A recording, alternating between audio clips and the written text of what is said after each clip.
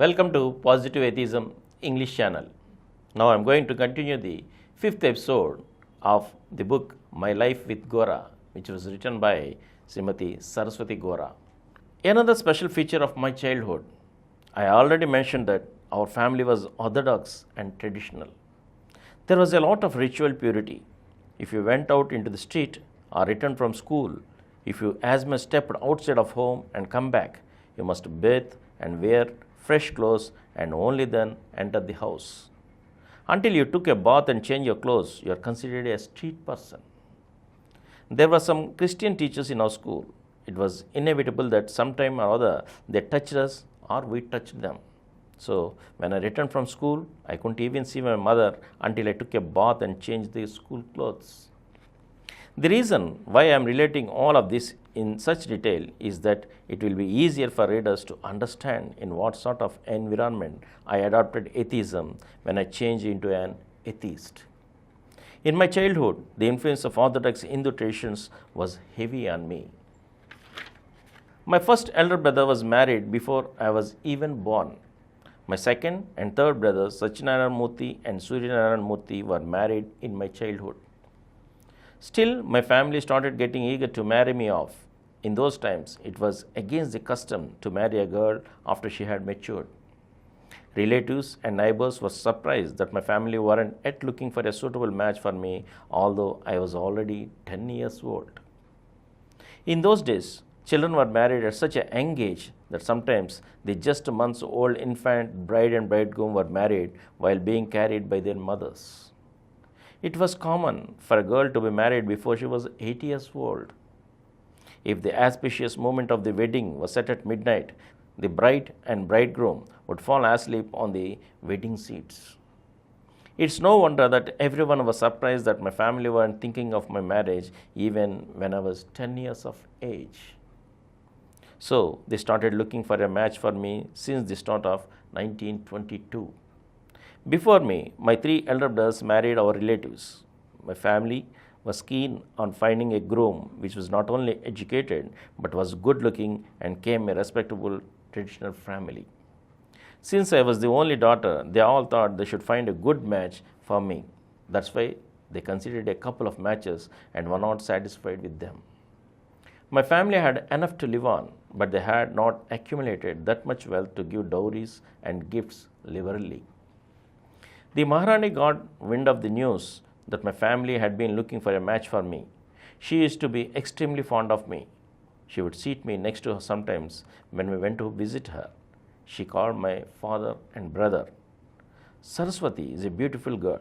Find a good match for her, an educated boy with a good character and coming from a respectable family. Don't worry about the dowry. I will give 1,116 rupees towards the dowry, the Maharani pledged. In April 1922, my father heard that there was a possible match in Kakinada and went there to inquire about it. There he met Gopuraju Venkat Subbarao. They met after 20 years. Subbarao took him to his home and after inquiring about how he and his family were doing, asked what the purpose of his visit to Kakinada was. When he learned that he came there to find a match for his daughter, Subbarao spoke decisively. Why look for other matches? My second son is of marriageable age. We have met after so many years. Let's do the better leaf exchange now. That was it.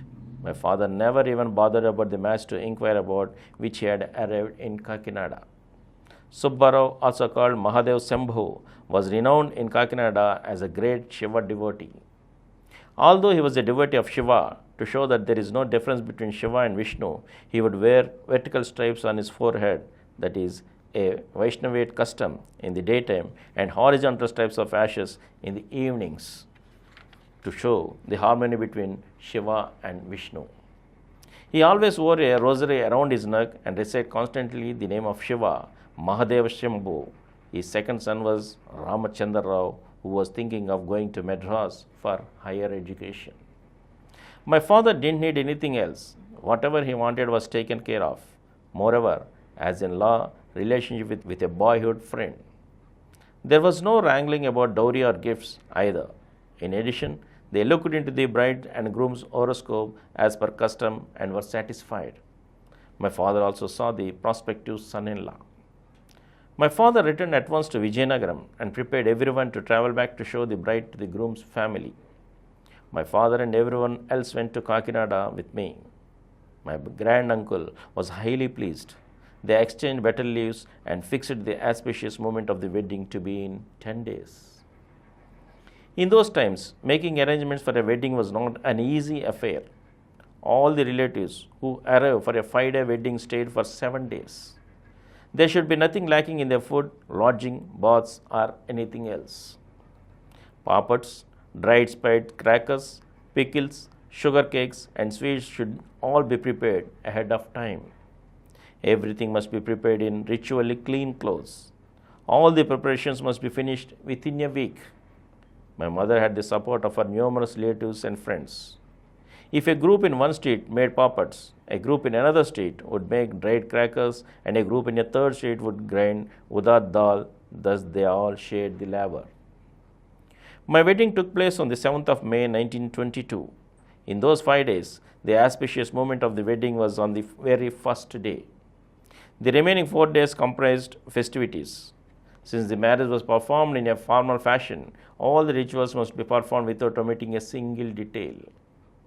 The bride and the groom must fast on the first day until the wedding was performed, and the couple had the sighting of Arundhati. Until then, the couple couldn't eat. Even though I was young in age, I was quite used to fasting along with worship and prayers. For that reason, although I fasted all day, I did not feel anything. Ramchandra was not used to fasting, but he had no choice. He somehow managed till the time of the sight of Arundhati. Since I could not find the star Arundhati, I was searching for it with all my attention. Meanwhile, it must be because of the weakness from fasting, Ramachandra suddenly fainted. He lost consciousness. There was a big commotion in the whole wedding assembly. Many started crying aloud. I didn't understand why. When everyone was crying innocently, I too began to cry. They laid Ramchandra down and started nursing him. The news of this spread to Maharani in the castle. Instantly, she summoned the famous physician Rama Iyengar and sent him to the wedding place, warning him that he should prevent anything untowardly from happening. While someone said aloud that this was a great ill omen and that our married life would not be smooth, some others said so behind the scenes. While Ramchandra was recovering, the wedding ritual was carried on normally. They put the groom's shoulder cover on the seat where the groom was supposed to sit and perform the rites. By the evening of the third day, he was able to come and sit in at the time of the assembly. On the fourth day, we were taken in a procession. Then on the fifth day, it was Nagavalli, and both parties to the wedding threw colored powders at each other. Especially since Ramchandra had recovered, the days were more festive. Indeed, I never saw the Arundhati star, neither did Ramchandra. Nevertheless, the wedding took place normally. Then, some exaggerated rumors spread around about the recovery of Ramchandra, who had fainted on the wedding seat. Of course, it is indeed the custom of our land to adjust to disturbances until things calm down. And from here, I shall read out in the next episode again. Thank you. For more videos, please subscribe to our Positive Atheism English channel presented by Samaram channels, which has crossed more than 20 crore views. Please like, subscribe and share our videos, and for notification of our new videos, please click the bell icon.